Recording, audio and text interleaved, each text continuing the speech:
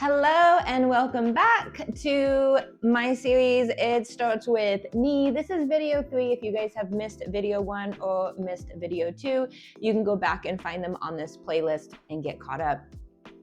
Today, we're going to be talking about the void. So let's recap, because if you've been doing this work, you know that it's a lot.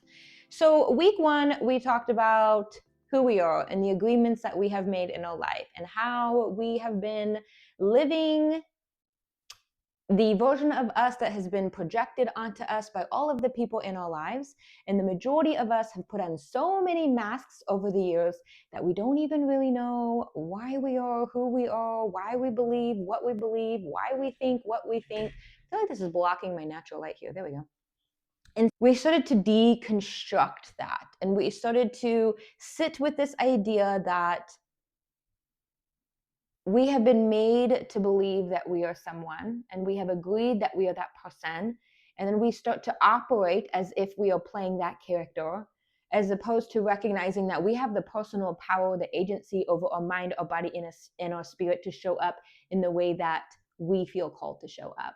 Then in video 2, we talked about conditioning, and I broke down for you guys that we are conditioned through reinforcement, either positive or negative, when we take action, either action that is seen as positive or negative, and how those 4 categories are where we receive our payoffs in life. And this is what reaffirms the way that we think, the beliefs that we hold, the actions that we take.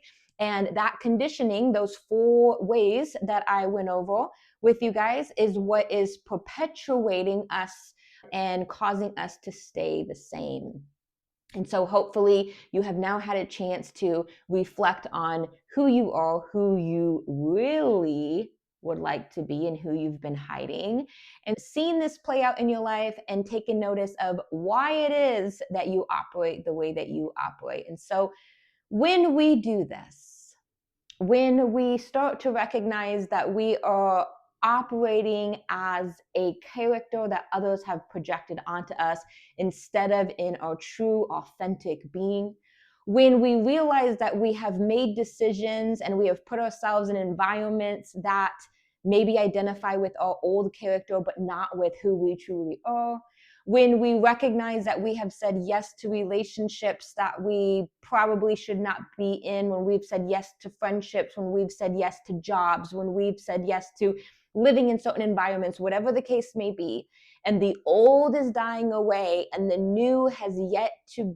come into fruition, we find ourselves in the in-between. It is what I like to call the void.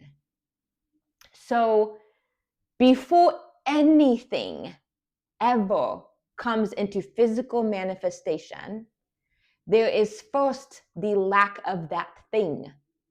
And then there is an energetic quality to it at first.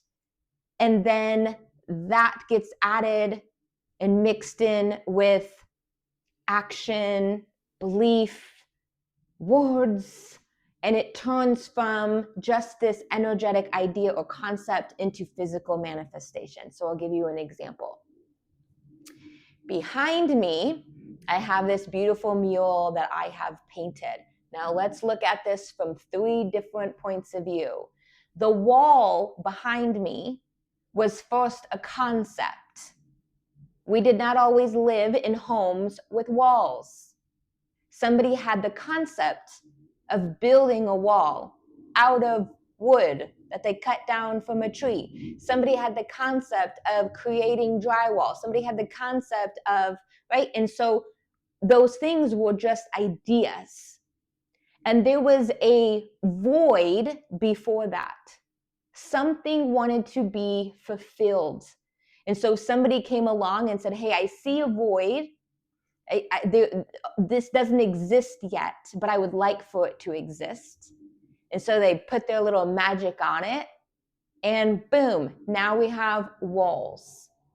And then somebody came along and said, walls are cool, but wouldn't it be really cool if we could change their color, if we could paint them, And not just paint them like the same color. What if we use dyes? What if we used pigment from other things to be able to change the color of this material that we're putting on walls so that we can create looks and vibes and experiences? So before there were color paints available, it was just a void. It was a lack of that. It was just an idea. And somebody took that idea and they turned it into fruition. They manifested the physical reality of this product that they had been thinking about. And then I come along and I have all of these tools at my disposal. I'm able to buy a house that already has a wall. I'm able to buy paints that are all different colors. And I have this idea in my head that I want to do this mural, and I want there to be leaves, and I want there to be plants, and I want there to be different colors, and I want there to be purple, and I want there to be blue, and I want there to be green. And I come up with this, but before this existed, there was a void. There had to be a blank wall before I could paint it, yes? There had to be an empty lot before they could build my house. There has to be a void in my schedule in order to fill it with the time that it took to paint this.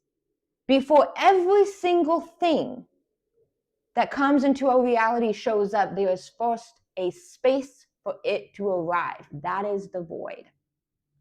So as you go through this personal development journey, it's not like you shed your identity once. You do it over and over and over and over again, because as long as you are growing, as long as you are evolving, the old parts of you will fall away to make room for the new. The void is the era of being single before you're in a relationship. It is the era of being homeless before you have your home. It is an era of being jobless before you have your dream job. There is a space there. This space is really important. A lot of times people do not want there to be space in between things. A lot of times people want the new thing to arrive before they let go of the old thing, because there is this sense of security in the having it. So for a lot of people, they're terrified of the breakup because they can't even possibly imagine that they're going to have another. What if nobody else shows up? What if this guy leaves me, and this idea that I had in my head about who we were going to be and what we were going to do and what our future is going to look like, what if that never comes full manifestation because they break up with me and that's the end, and then nothing ever comes in its spot? Like, what if? And the fear of lack takes over them. Oh my God, I got let go of this job. How many times? Oh, it happens all the time. If only we knew that the void was here to serve us. How many times have you said, or you've seen somebody else say, I hate my job. Oh my God, I can't stand my boss. I can't stand what I do. There's so much work. I'm so done. If I didn't have to be here, I wouldn't have to come. Or if I didn't have to be here, I wouldn't come. I just don't like working there. And then all of a sudden they'll let go. And they act like they are the victim of all victims. And I'm like, wait a second. I thought you said you didn't like working there. So isn't this a blessing? And they're like, no, because all they're focused on is what they're losing instead of what they're gaining. All they're focused on is how empty the void is, instead of the fact that there is now space for something new to arrive. The void is necessary. And when we try and skip the void, like when we try to go from like one to the other without creating space, the new thing can only fit into the same space as the old thing. Have you ever played that game? You know, your kids play that game where you have to put like the circle through the circle hole. You have to put the square peg through the square hole, the triangle, right? If there's already space taken up and you're going to bring something new in, and you have not allowed there to be space for expansion before the new thing arrives, you're going to replace the old thing with a new thing that may look and feel a little shiny and new, but is actually replication of the old thing. How many times have you got let go of a job, or you quit a job and then you start a job that's exactly the same? And you're like, oh my God, like I thought this was going to be so much better. but this job sucks just as much as the last one. I'm doing the same. I'm still overwhelmed. I'm still working 8 to 5. The commute still sucks. My boss still sucks. The people I work with still suck. Like, ugh, it's the same old stuff. How many times have you left one relationship and got into another relationship and it's just the same dude with a different name? Same patterns, same cycles, over and over and over and over again. That is because there is magic in the void. And we try and avoid the void as much as humanly possible because the emptiness of the void makes us uncomfortable. But when we can realize that's not emptiness coming from lack, that's emptiness coming from expansion for something bigger, for something better, for something that is more juicy and satisfying than the thing that's leaving. When we recognize that how we show up in the void is the magic. Let's talk about a breakup, okay? You will learn more and more about the energetics at play as you stick around this community longer. But energy plays such an important role. If you don't believe it because it's too woo-woo and you can't like wrap your head around it, just listen to all of the people in the world that were like extraordinary beings like Tesla and like Einstein and all these people who said energy is the answer. Energy is where it's at. Think in terms of energy. The energy that you leave something in is the energy that you will start the new thing in. The energy that you leave with is the energy that you're walking into the new thing with. You need space in the void to work that energy out. And to make sure that the new thing that you're walking into is in energetic alignment to what you want. What you focus on grows closer to you. So here's an example.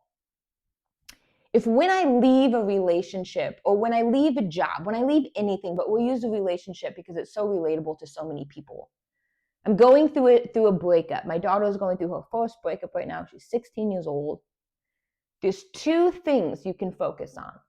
You can focus on everything that went wrong, everything you didn't like about that person, everything that drove you crazy, everything they did at the end that made you hate them.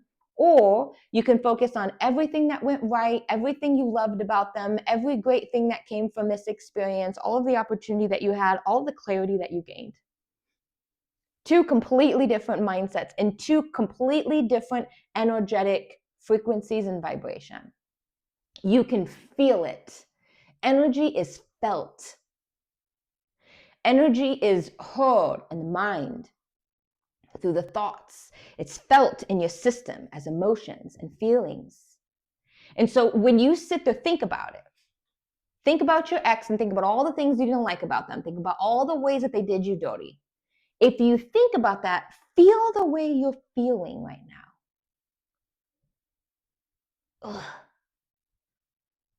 The pit in my stomach, the heaviness in my chest, the buildup in my throat. Maybe like your blood pressure goes up, you feel the heat in your body. You know, the pressure in your head. I can't believe they did what they did to me. Now think about all the things that you loved about that person. All the things that you learned inside of the relationship. All the things that you want to see in your future relationships. It's a completely different feeling. And you carry that energy into the new thing. That energy is like a beacon calling in the next thing. So if I'm in my head ruminating about how he lied and he wasn't honest and he was a cheater and he was dismissive and he didn't care and he, whatever it was, that feeling that I have in my body, whether you realize it or not, that is being pushed out of your body for other people to feel. You ever walk into a room and you're like, I don't know what it is about that person, but I don't know. Or somebody's really positive and you're like, I can't fuck with that person. She is too light. Like, I am not about all that right now.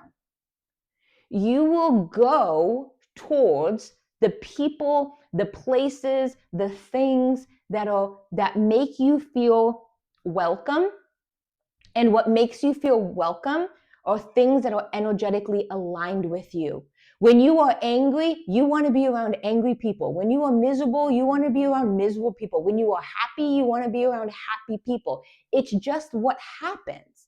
I was born in Detroit, and it's crazy. Detroit, you will literally have a road, and on one side of the road, you will have the projects like gang activity, violence, theft, drugs, like just craziness.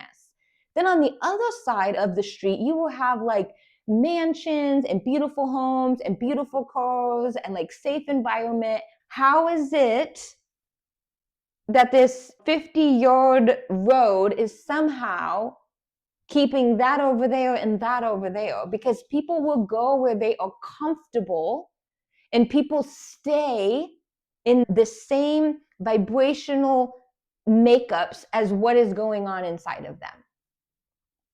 So as you leave this relationship and you're feeling gross and you're feeling used and you're emitting out an energy of gross and used and angry, guess what person or people are going to be attracted to that energy? Either other people who feel gross and used and angry, or people who like being around people who they can use and manipulate through their anger and their feeling grossness, right? So you become a vibrational match to the type of person that you just got out of a relationship with. But if you use that void, that in between, to clean all this stuff up, to transmute it. Transmute means you take something on the negative end and you move it to the positive end. So if you guys remember when we were in school and there was a number line, zero was in the middle, and it was like to the left of the zero are the numbers that are negative. -1, -2, -3. And to the positive side are the positive numbers, 1 and 2 and 3. -3 and 3 both have 3. They're the the value, the numerator, I can't say certain words, man. They do not come off the tongue. The value of that number is still 3, but one is negative and one is positive.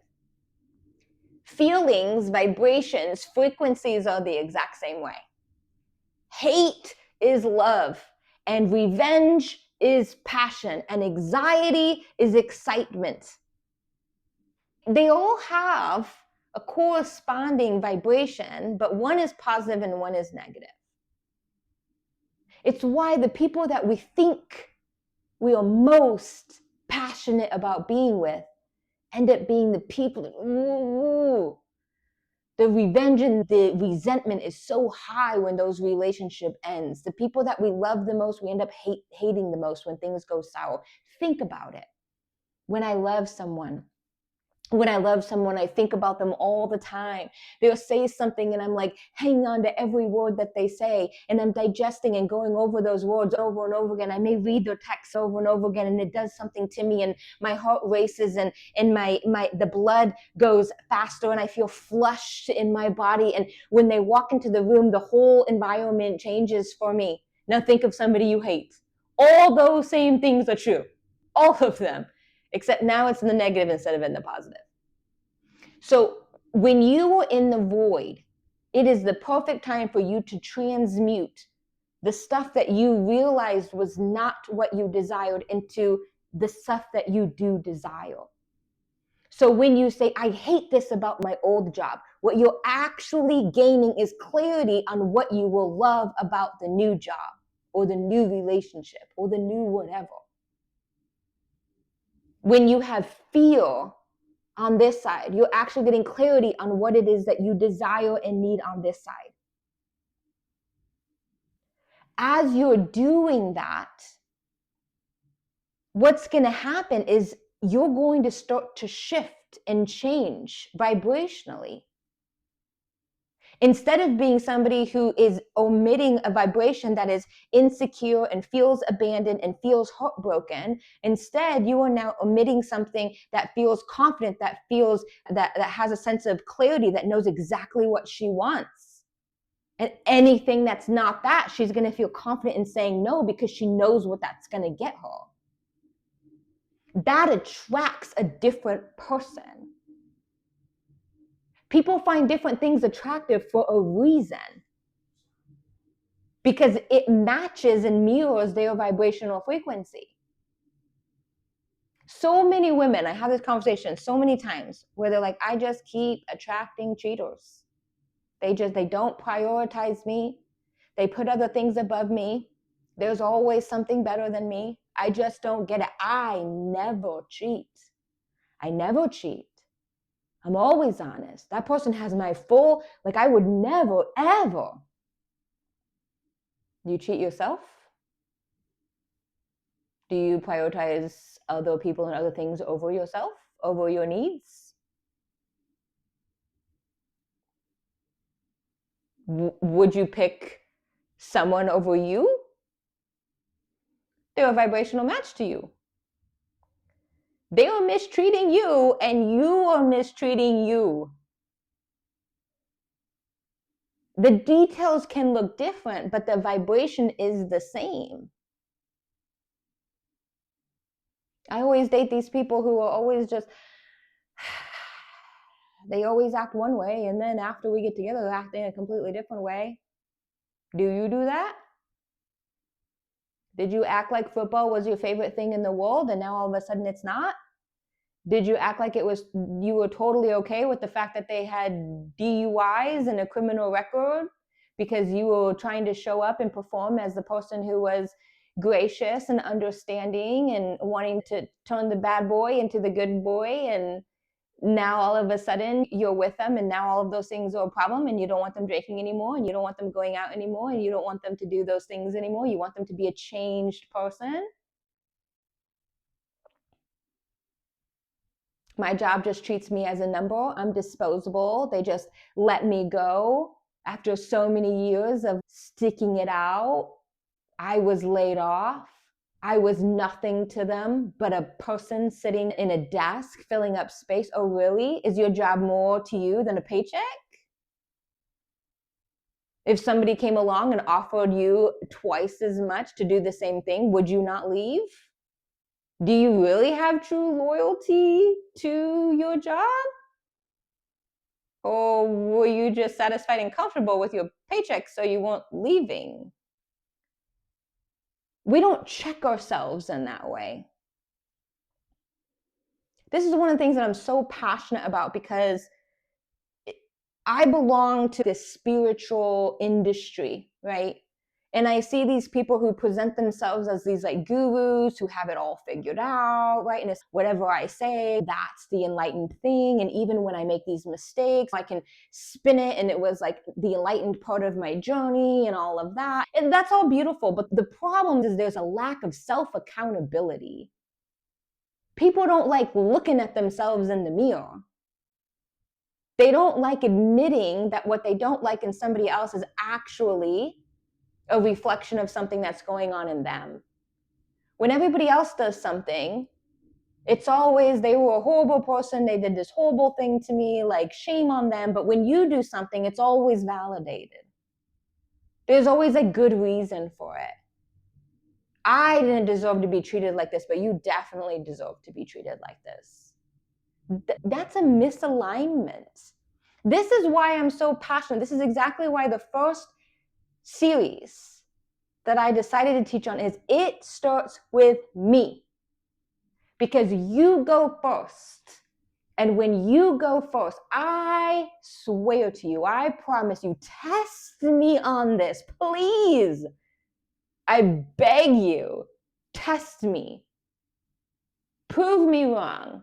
Because in proving me wrong, you are going to see that when you go first, when you start to change the way that you think, the perspective that you have, the beliefs that you hold about yourself and others, when you go first, when you start changing your behaviors, when you start redirecting yourself to do things that are in alignment with the life that you want to live, when you go first, when you transmute your emotions through your spirit to something that is positive instead of something that is negative, when you use all those low vibrational feelings and emotions to actually serve you, Your reality will change.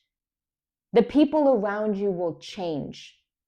The opportunities you attract will change. You go first. The void is your best friend. If you are afraid to step into the void, you are choosing the old. And if you are choosing the old and complaining about the old, you see what I'm getting at? Embrace the void. Use the void for clarity, for expansion, for personal intimacy, for self-reflection, for contemplation, space to call in what it is that you really want. And the way that you do that is by focusing on what it is you want, not what you just left, not what you just lost, but what you want, what you're gaining, what you're creating space for. When you leave that relationship, think about all the things that you really liked about that person that you want to see in the new person. And think about all the things that were absent in that last person that you will hope to see in the first person. There's a difference in saying, gosh, I hated that he lied to me, and saying, I really appreciate when people are honest with me. There's a difference in saying, he was so freaking messy, his stuff was all over the place. And I love when people value their space and take care of their stuff and live in a clean environment. Those are two very different energetic qualities. And it is your responsibility to be in alignment with what it is that you're calling in. Don't let the void scare you. And please, for the love of God, learn to get comfortable with the void so that you don't just fill it in with the first thing that comes along. The second best, the make do's. That is how you continue to live the same life over and over again, is by filling the space that was given to you, or sometimes you take. Sometimes we make the space. Sometimes we draw a line in the sand and say, no, I'm done. I don't want this job anymore. I don't want this relationship anymore. I don't want this anymore. Sometimes we draw the line. Most of the time, what I find is that the universe does it for us. God, source, universe, energy, it doesn't matter. I don't care what you call it for you. But that higher power, that future version of yourself, those guides, that God, whatever it is for you, sometimes will take it away for you because they hear you internally calling out for more, desiring more. And I say, let's just take this away so that there's an opportunity for something new to come in. And when you panic and freak out and say, but I don't know how to be that better version of me. I don't know yet. I haven't figured my payoffs yet, if you watched video 2. So instead, I'm just going to invite back in the similar stuff to what was just here so that, I don't have to sit in this void anymore. I don't have to sit in this unknowing. You know what always blows my mind is people all want to see miracles happen. They all want it. Everybody wants to see the miracle. They want to see the dream man show up, the dream job show up, the money in the bank account. Like, they all want it. But like, they say yes to things that are not that all the time, and fill up their space, fill up their capacity with stuff that's just not it. And then wonder why it doesn't just come flowing. They don't give themselves enough space for the miracle to arrive.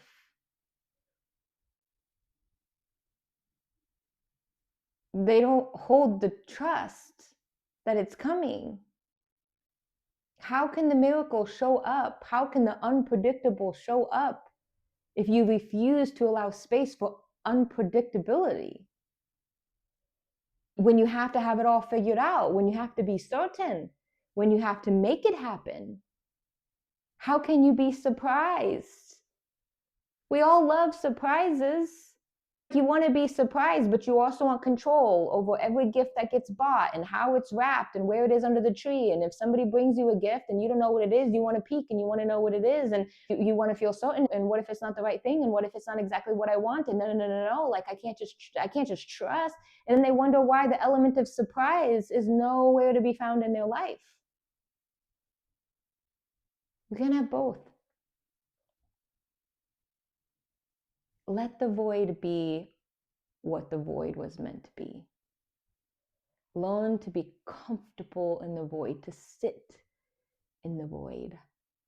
One way that you can practice doing this, or see this on a small scale, is, are you comfortable with just sitting in nothingness? Like with yourself? Or do you have to have your phone?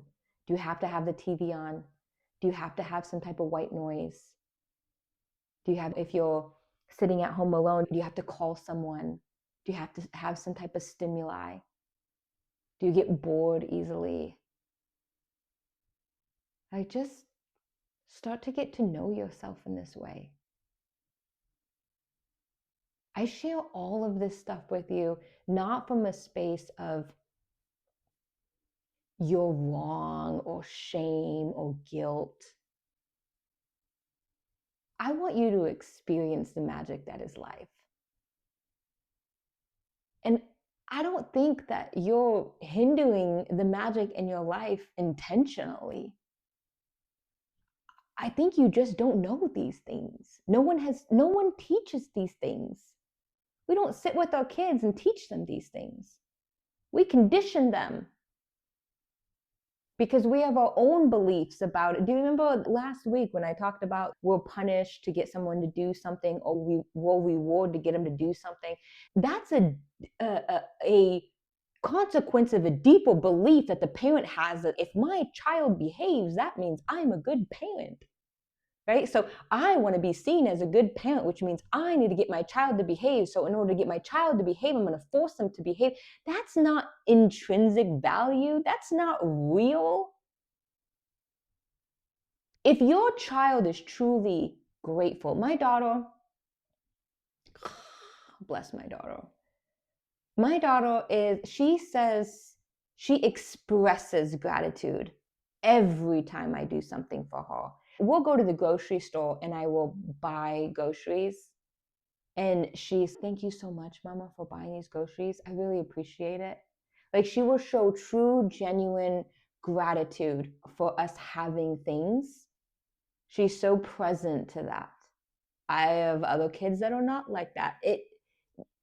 People get personal autonomy and agency to choose for themselves. You have an impact on your child, but to think that you are the main character or one of the main characters in your child's story and that they are who they are just because of you is diabolical. It's wild sauce, and it is not true. Two people can grow up in the same home and be wildly different. Right? I know we like to think when our children are acting well, we're like, oh, that's because of me. And when they're not, we're like,